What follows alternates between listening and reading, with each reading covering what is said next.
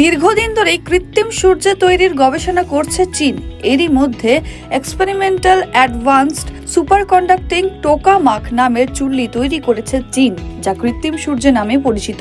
এই চুল্লিতে সম্প্রতি 1066 সেকেন্ডের জন্য প্লাজমার একটি অবিচ্ছিন্ন লুপ তৈরি করছেন বিজ্ঞানীরা। আগের লুপের স্থিতিকাল ছিল 403 সেকেন্ড। নতুন এই রেকর্ডকে পারমাণবিক ফিউশন তৈরির ক্ষেত্রে উল্লেখযোগ্য অগ্রগতি বলে ধারণা করা হচ্ছে।